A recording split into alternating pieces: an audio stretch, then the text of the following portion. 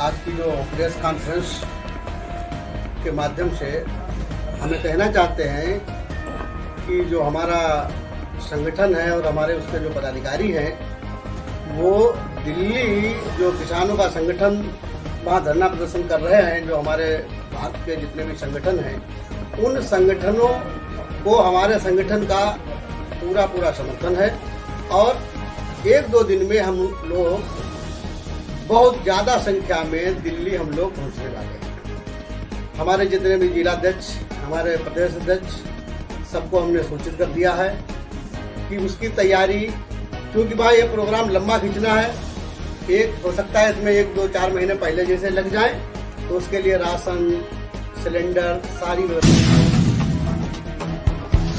हो रही हैं और हम लोग अतिशीघ्र ही 1-2 दिन में यहाँ से प्रस्थान करेंगे। और जिसको हम आह्वान करते हैं कि किसानों की समस्याओं को लेकर जिसको भी चल रहा है वो सारे लोग हमसे संपर्क कर सकते हैं, हम लोग चलने के लिए अच्छी तैयार हैं। जिन लोग साथ में जाएंगे उनके लिए खाने की व्यवस्था, रहने की व्यवस्था पूरा कम्प्लीट हो चुका है।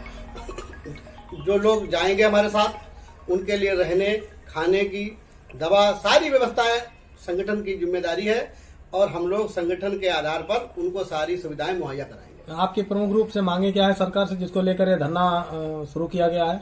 हमारी जो मांगे हैं वो सारी मांगे संयुक्त जो किसान मोर्चा है उसके अंतर्गत निर्धारित है। उसमें जैसे एमएसपी है, जिसमें कि अब अगर उसका कैलकुलेशन किया जाए तो आज गेहूं का रेट 3150 रुपये होना चाहिए, लेकिन हमको 2100 रुपये का रेट दिया जा रहा है।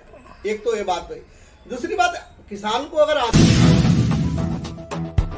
आंदोलन करना पड़ रहा है तो ये बहुत ही शर्मनाक बात है इस देश में।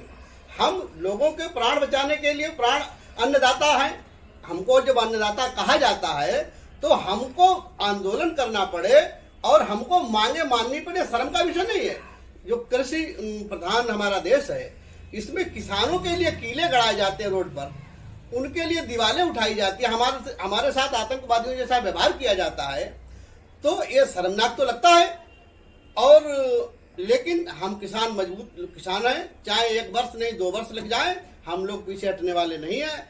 और जो किसानों पर हमारे जो पहले मुकदमे सरकार ने लाद दिए थे उन मुकदमों को वापस किया जाए और एमएसपी जो पैसे हैं वो, और सरकार को सोचना चाहिए। अब कुछ लोग कह रहे हैं कि इतना कर्जा हो कैसे माफ हो सकता है, तो सरकार को सोचना चाहिए कि हम पर कर्जा हुआ क्यों। हम इतने मेहनत,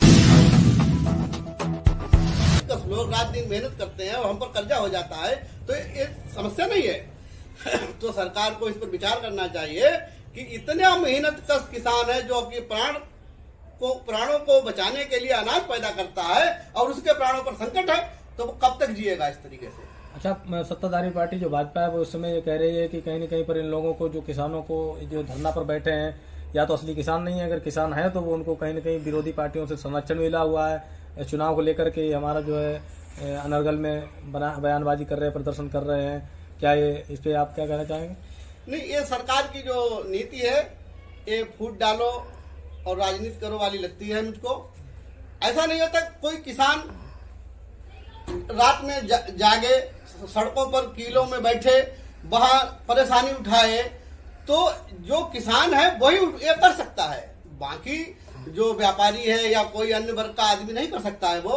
तो ये जो सरकार की नीति है सही नहीं है। ये ब्लेम जो लगाए जाते हैं हम लोगों को बांटने के लिए और हमारे जो आंदोलन की धार को कमजोर करने के लिए किए जा रहे हैं, ऐसा कुछ नहीं है। हम लोग अपने अराजनीतिक, हमारा संगठन है, हम लोग सभी अराजनीतिक रूप से जो है आंदोलन कर रहे हैं। न इसमें कोई हथियारों का प्रयोग हो रहा है, न कोई गाली गलौज हो रहा है, शांतिपूर्ण प्रदर्शन हो रहा है, उसको भी ये सरकार करने नहीं देना चाहती।